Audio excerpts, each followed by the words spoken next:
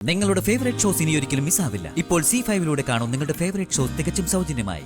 മച്ചിയായ സ്ത്രീകളുടെ കണ്ണു പതിഞ്ഞ അത് കുഞ്ഞുങ്ങൾക്ക് ദോഷം ഉണ്ടാക്കുന്ന ഞാൻ കേട്ടിട്ടുണ്ട്. പണ്ടുള്ളവർ പറയും പ്രസവിക്കാത്ത സ്ത്രീകളുടെ കയ്യില് കുഞ്ഞിനെ കൊടുക്കരുതെന്ന്. അവരുടെ ദൃഷ്ടിയിൽ അവർക്ക് കുഞ്ഞുങ്ങളില്ലാത്തതിന്റെ മുഴുവൻ വേദനയുണ്ടാവുമെന്ന്.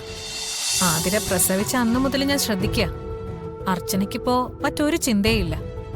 സച്ചിയുടെ കാര്യം പോലും നോക്കാൻ സമയമില്ലെന്ന് വേണമെങ്കിൽ പറയാം. അങ്ങനെ ഭർത്താവിനെ മറന്നുവരെ കുഞ്ഞിന്റെ പുറകെ നടക്കുക അർച്ചന. എപ്പോഴും എടുത്തും കുളിപ്പിച്ചും മുരുക്കിയും ഉറക്കിയും ഒക്കെ അർച്ചന കുഞ്ഞിന്റെ കൂടെ തന്നെയുണ്ട്. ഇതെല്ലാം അർച്ചന ചെയ്യുന്നോണ്ട് ആതിരയ്ക്ക് ജോലിക്കുറവാണെന്ന് കരുതി ആശ്വസിക്കുന്നതിന് മുമ്പ് ചില കാര്യങ്ങൾ ആതിര അറിഞ്ഞിരിക്കണം. ഏതൊരു ബന്ധമായാലും ശരി, അതിലേറ്റവും പ്രധാനമായൊരു ബന്ധമാണ് ആത്മബന്ധം എന്ന് പറയുന്നത്. അങ്ങനെ ഒരു ആത്മബന്ധം ഏറ്റവും കൂടുതൽ ഉണ്ടാവേണ്ടത് അമ്മയോട് തന്നെയാ. ആതിരെ ഓർത്തു നോക്കിക്കേ, നീയും കുഞ്ഞും തമ്മിൽ അങ്ങനെ ഒരു മാതൃത്വത്തിന്റെ ആത്മബന്ധം ഉണ്ടോന്ന്?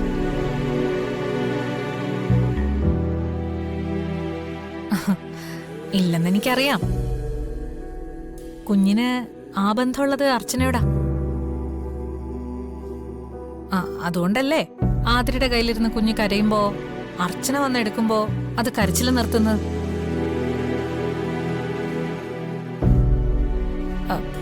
കുഞ്ഞുങ്ങളാവുമ്പോ കരയും, കരയണം. ആ കരച്ചിൽ നിർത്തേണ്ടത് അമ്മയല്ലേ? ഇവിടെ അത് വലിയമ്മയാണെന്ന് മാത്രം. അർച്ചന സ്വന്തം കുഞ്ഞായിട്ടാ ആതിരയുടെ കുഞ്ഞിനെ സ്നേഹിക്കുന്നതും താലോലിക്കുന്നതും എല്ലാം. ഇന്നാള് വലിയ വായിൽ അർച്ചന പറയുന്നത് കേട്ടു, ഹോസ്പിറ്റലിൽ ആദ്യം കുഞ്ഞിനെ വാങ്ങിയത് അർച്ചനയാണെന്ന്. അതങ്ങനെ വെറുതെ കേട്ട് കളയേണ്ട കാര്യമല്ലത്. ആദ്യം വാങ്ങിയത് മുതൽ ഇപ്പൊ വരെ കുഞ്ഞ് ഏറ്റവും കൂടുതൽ സമയം ചെലവഴിച്ചിരിക്കുന്നത് അമ്മയോടൊപ്പം അല്ല. മോക്ക് ആദ്യ ചുംബനം കൊടുത്തത് മുതൽ ഇപ്പൊ കുളിപ്പിക്കുന്നത് വരെ അർച്ചന.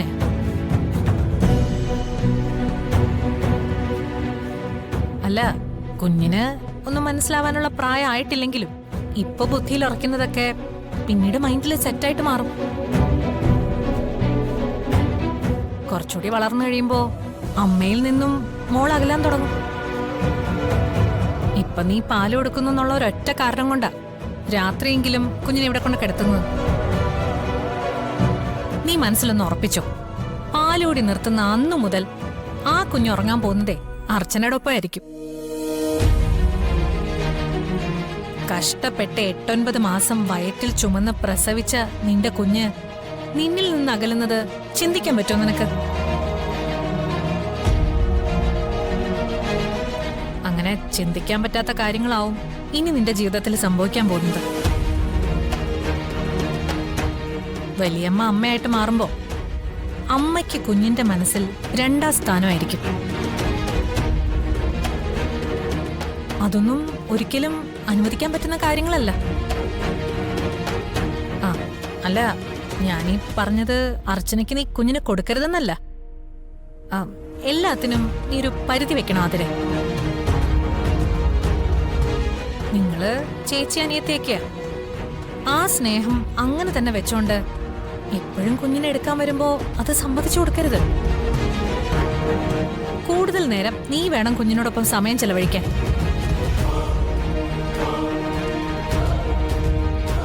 അർച്ചന വളരെ കൂടുതലായിട്ട് കുഞ്ഞിനെ സ്നേഹിക്കുന്നുണ്ട്. അതുകൊണ്ട് ഇപ്പൊ അതിന് നിനക്കൊരു പരിധി വെക്കാൻ പറ്റിയിട്ടില്ലെങ്കിൽ പിന്നീട് ഒരിക്കലും നിനക്കതിന് പറ്റിയെന്ന് വരില്ല. ഒരു മുൻകരുതൽ, അത്രേ ഉള്ളൂ. ഇപ്പൊ ഞാൻ പറഞ്ഞതൊക്കെ നീ ഒന്ന് ആലോചിച്ചാ നിനക്ക് തന്നെ ശരിയാണെന്ന് തോന്നുന്ന കാര്യങ്ങളാ. ഇനി മറ്റൊരു വലിയ കാര്യം കൂടെ ഞാൻ പറഞ്ഞുതരാം. അതാ നീ ഏറ്റവും കൂടുതൽ ശ്രദ്ധിക്കേണ്ടത്. ഞാൻ ഗർഭിണിയായിരുന്നിട്ടും പ്രസവിക്കാനുള്ള ഭാഗ്യം ദൈവം തന്നില്ല. ആ ഭാഗ്യം നിനക്ക് കിട്ടി. പക്ഷേ അർച്ചന ഇതുവരെ ഗർഭിണിയായിട്ടില്ല. അത് എനിക്ക് നിനക്കൊക്കെ വിഷമമുണ്ടാക്കുന്ന കാര്യം തന്നെയാ. അതൊക്കെ ഓരോരുത്തരുടെ വിധിയല്ലേ, നമുക്കൊന്നും ചെയ്യാൻ പറ്റില്ല.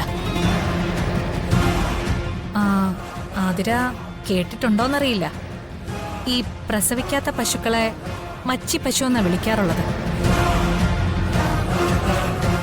അതുപോലെ മച്ചിയായ സ്ത്രീകളുടെ കണ്ണു പതിഞ്ഞ അത് കുഞ്ഞുങ്ങൾക്ക് ദോഷം ഉണ്ടാക്കുന്ന ഞാൻ കേട്ടിട്ടുണ്ട്. പണ്ടുള്ളവർ പറയും പ്രസവിക്കാത്ത സ്ത്രീകളുടെ കയ്യില് കുഞ്ഞിനെ കൊടുക്കരുതെന്ന്. അവരുടെ ദൃഷ്ടിയിൽ അവർക്ക് കുഞ്ഞുങ്ങളില്ലാത്തതിന്റെ മുഴുവൻ വേദനയുണ്ടാവുമെന്ന്. ആ വേദന ദോഷമായിട്ട് മാറി കുഞ്ഞിനത് ബാധിക്കും.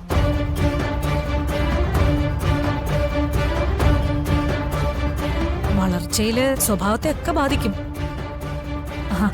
ഇതൊക്കെ അന്ധവിശ്വാസങ്ങളാണെന്ന് പറഞ്ഞ് വേണമെങ്കിൽ തള്ളിക്കളയാം. അതിനൊക്കെ പ്രതിവിധിയും പൂജകളും ഉള്ളപ്പോ ഇതെങ്ങനെയാ ഇല്ലാന്ന് തീർത്തു പറയാൻ പറ്റുന്നത്?